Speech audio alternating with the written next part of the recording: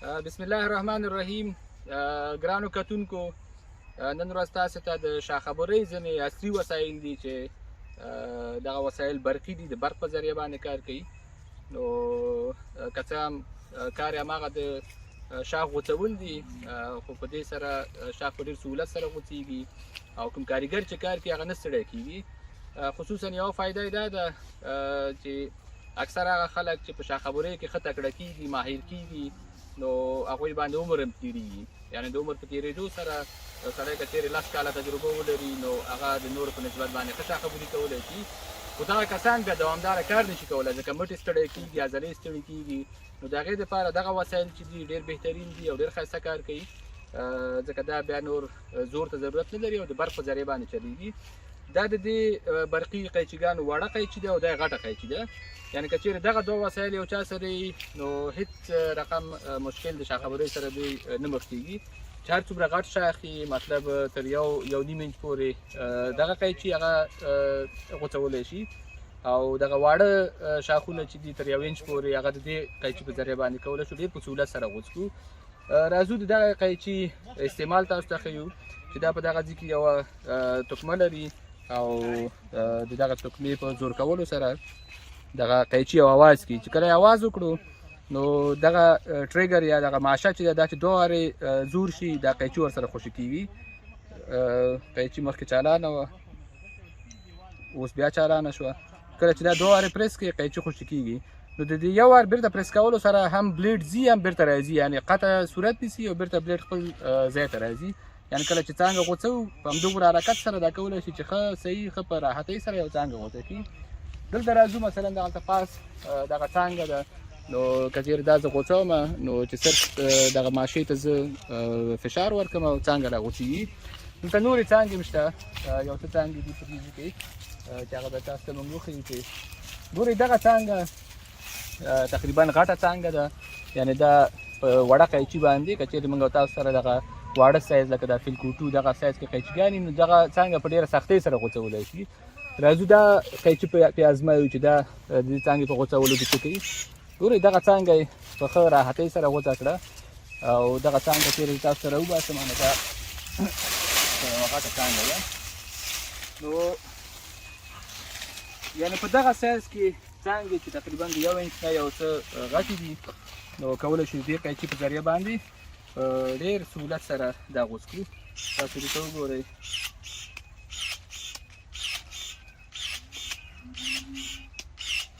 او دغه قیچي تقریبا تر دغه یوې بټرۍ سره تر 2 ساعتو یا 3 ساعتو پورې کار کولی شو. نو دې سره 2 بټرۍ دي، کولی شي یو سړی که چېرې بیا زیات کار کوي نو دې سره زیاتې بټرۍ باید واخلي، او که نه بیا دغه یوه بټرۍ کفایت کوي، کولی شي چې وخت ناوخت چارج کړي. نو دلته بیا تاسو ته د نږدې نه ښیو لکه په دغه اندازه لرګي خو یعنې ډېر زیات په سهولت سره قطع کوي، هېڅ مټ ته کوم زور نه ورځي، صرف دغه ماشې زور کول دي او ماشه بیرته په خپل ځای ته ځي. نو تر دغه اندازې پورې لرګي یعنې موږ دا څانګه هم پرې غوڅه کړه، یعنې دې اندازه پورې څانګه ښه صحیح غوڅولی شي. د دې نه چې غټېږي بیا موږ د دې غټې قیچي نه استفاده کوو. نو بیا د دې بندېدل چې دي نور تخنیکونه خو بیا د دې سره خپل کتابچه ده، په هغې کې هر څه لیکل شوي دي. کله چې دغه بټن یو څو سکنډه پریس ونیول شي د قیچي یو غږ کوي، د هغې نه وروسته چې خوشې کوي قیچي بنده شوه او بیا بیرته بندېدو دپاره به دا بټن ووهئ. ښه، دا د همغې برقي قیچیګانو غټه قیچي ده چې د دې بټرۍ پیک هم غټ ده. بټرۍ بیا تاسو ته وښیو. بټرۍ هلته خپل یو سویچ لري، هغې نه بټرۍ چالانېږي او دا یعنې د هغه بلې قیچي غوندې چالانېدو آپشن لري. دا چې 2 وارې پریس کړي نو قیچي خوشي کېږي. بیا دې کې یو کمال بل هم شته، که چېرې دا قیچي نیمایي خوشي کوي لکه دا د غټو شاخونو دپاره ده، که چېرې دا بلیډ تر دې ځای پورې راخوشي کوي نو هغه آپشن هم پکې شته. هغې دپاره بیا دا قیچي پریس نیول کېږي، دغه د ماشه یې هلته بټرۍ یو اواز کوي. نو یو اواز یې چې وکړو دا په دې معنا چې دا نیمایي پورې بیا خوشي کوي. که چېرې 2 اواز یې وکړو نو قیچي بندېږي. نو اوس راځو په همدې آپشن کې ترېنه کار اخلو. نور د همغې په رقم کار کوي، چون د دې بټرۍ غټه ده، دا د 8 ساعتو نه تر 10 ساعتو پورې مسلسل دا کار کولی شي. یعنې که چېرې دا یو ځل چارج شي مکمله ورځ یو کاریګر کولی شي چې دې نه استفاده وکړي. بیا دې سره یو بل ښه والی دا ده چې د دې سره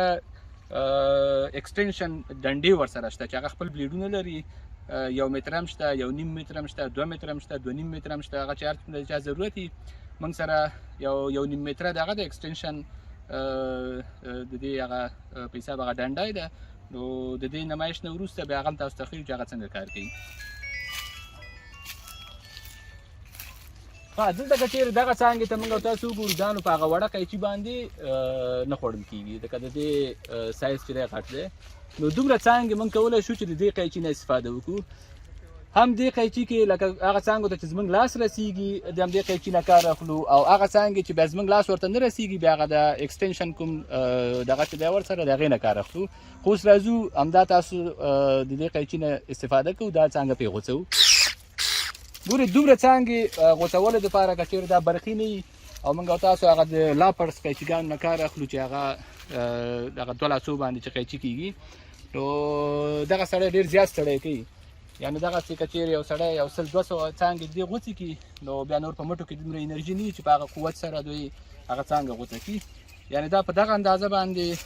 څانګې غوڅول دا قیچي یعنې هم د دې وړې قیچي کار کوي او هم د دې غټې قیچي کار کوي یعنې که چېرې دا قیچي یو چا سره یو هغه اکسټنشن ډنډی هم ورسره وي نو ضرورت نه لري چې هغه د 2-3 قیچیګانې ځان سره وګرځوي دغه څانګه په دې پورې راغوڅوو دا هم تاسو وګورئ یعنې ډېر په سهولت سره صرف همدغه غټ کار یې همدا ده چې ماشه دلته پرس کړي او بلیډ ځي او بېرته راځي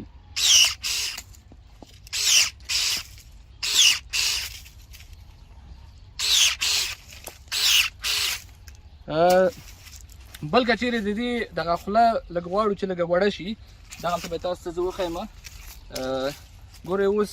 لکه د دې نه هم دا غټه څانګه غوڅولی شي دا لا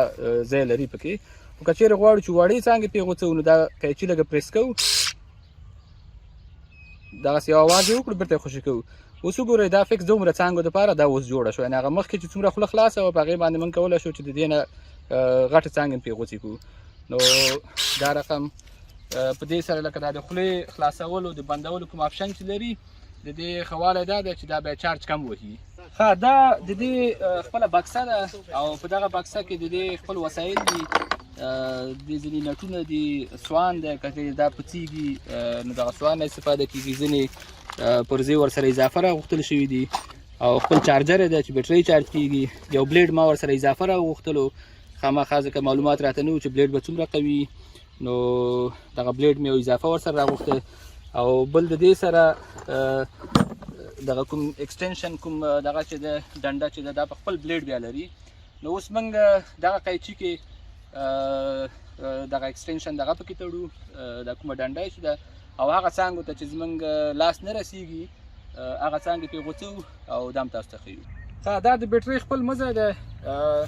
د قیچي سره هم دغه خپل اکسټنشن بار چې دی دا هم ورسره وتړلو خو دا بیا خپل بلیډ دلته لري یعنې دغه بلیډ موږ چې نه ویستلو دې ځینې هغه هم هلته کېښودلو دا هم ورسره وتړلو او دا د برق مزه دی دا دې سره فټ کوو او بیا نور تاسو ته ښیو چې دا څومره کار کوي بس نور هماغه رقم کار کوي هماغسې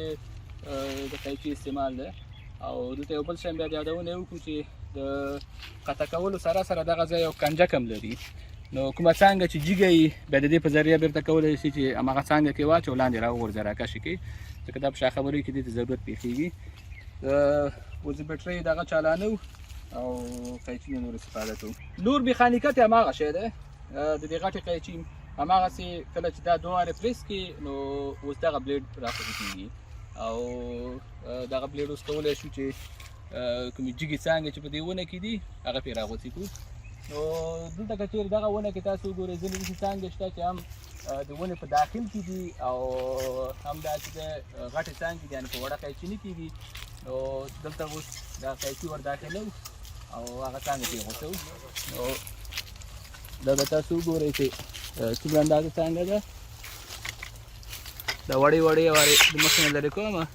تر څو دې قیچي ته لاره صفا شي ګوره په دغه اندازه څانګه لکه په دې قیچي راغوڅه اوس دا خپل دا کوم کنجک چې ما وښودلو خپل یو چنګک لري دا په دې څانګه کې اچوه او کولی شي د ونې نه دغه څانګه راوباسي نو د دغه څانګې وهل تقریبا په داسې ونو کې دا ناممکنه دي چې که چېرې دغسې وسایل نه وي. او یوه بله خبره مخکې خبرو کې یادونه وکړه چې ځینو خلکو به د دې نه اوږده اکسټنشن ته ضرورت وي. نو دا 1.5 متره دی، په دې کې 1.5 متر 2 متره 2.5 مترو پورې اکسټنشن بارونه شته. نو سړی کولی چې خپل ضرورت مطابق دا انتخاب کړي. دلته راځو په دغه ونه کې دغه ځینې څانګې چې دي د وهلو دي. لکه اوس وګورو دغه څانګو ته که څه هم که چېرې دا بله قیچي موږ سره ده، نو په دغه اغزیو کې د سړي لاس نه ننوځي هغې پورې. مشکله ده چې یو چا لاس دې پورې داخل شي، خو دغه رقم څانګه د دې قیچي په ذریعه په ښه سهولت کې کولی شي چې غوڅه شي. او بیا هم د همدې چون دغه بوټي ازغي لري، خو د همدې چنګک نه استفاده کوو او دغه څانګه کې د ون نه راوباسو. دلته لاندې که چېرې دې بلیډ دغه تاسو ته وښیو زورې، نو دغه څانګه دلته موږ لږه غوڅو او داسې به جزي نه وګورئ. لکه دا دغه د غټې قیچي څانګه ده، هغه لاپرس قیچیګانې همدومره څانګه غوڅولی شي.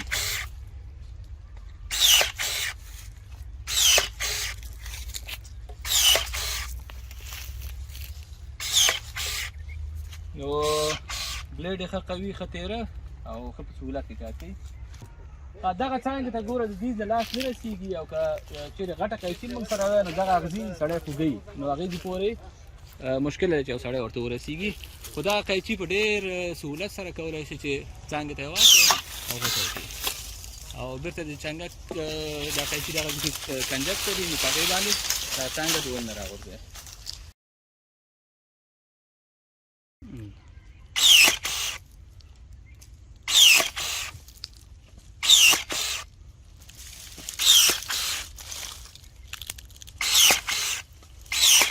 ډېر په یو خاصه قوت سره کار کوي او دلته د انسان لاس ته کوم زور نه راځي، صرف د یوې ماشې پرس کول دي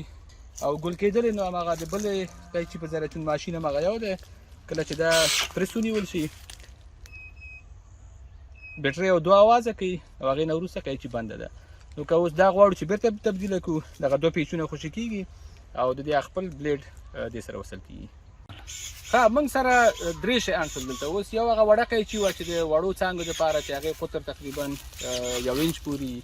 بیا د هغې نه چې د څانګې قطر غټېږي بیا دا غټه قیچي ده. که بیا د هغې نه هم یو څانګه غټه وي نو بیا د هغې نه باید استفاده وشي. په دغه ارو کې مختلف سایزونه شته، لکه دغه بلیډ یې 6 انچه 8 انچه 10 انچه 12 انچه هر څومره چې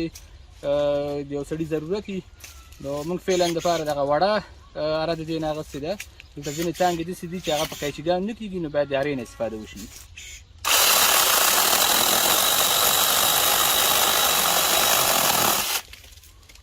نو دغه اندازه څانګه چې ده دا بیا په هغه قیچیګانو نه قطع کېدله، نو بیا کولی شو چې د دې ارو نه استفاده وکړو. دې ارو کې مختلف اقسام د دې هم شته. داسې هم شته چې غټې بیټرۍ دي، لکه د دې نورو بیټریو غوندې چې شاته اچول کېږي، ډېر وخت دپاره کار کوي. او هم دغه وړې بیټرۍ ورسره شته. اوس دې ارې سره خپلې دغسې 2 وړې بیټرۍ دي، نو کېدای شي دا هم تر 2 ساعتو یا 3 ساعتو پورې هره بیټرۍ د دې کار وکړي. نو په شاخبري کې انشاءالله چې دغه وسایل که چېرې استعمال شي، هم به شاخبري په ښه شکل ترسره کېږي او هم به کاریګر نه ستړي کېږي. او هم د زیات عمر کوم تخنیکي کسان چې دي هغوی به وکولی شي چې په باغونو کې شاخبریو ته ادامه ورکړي، ځکه په دې وسایلو په استعمال سره د دوی عضلې نه ستړي کېږي، لاسونه نه ستړي کېږي. نو کولی شو چې د هغوی د ایکسپرټي نه هم په آینده کې په ساحه یا په فیلډ کې استفاده وشي.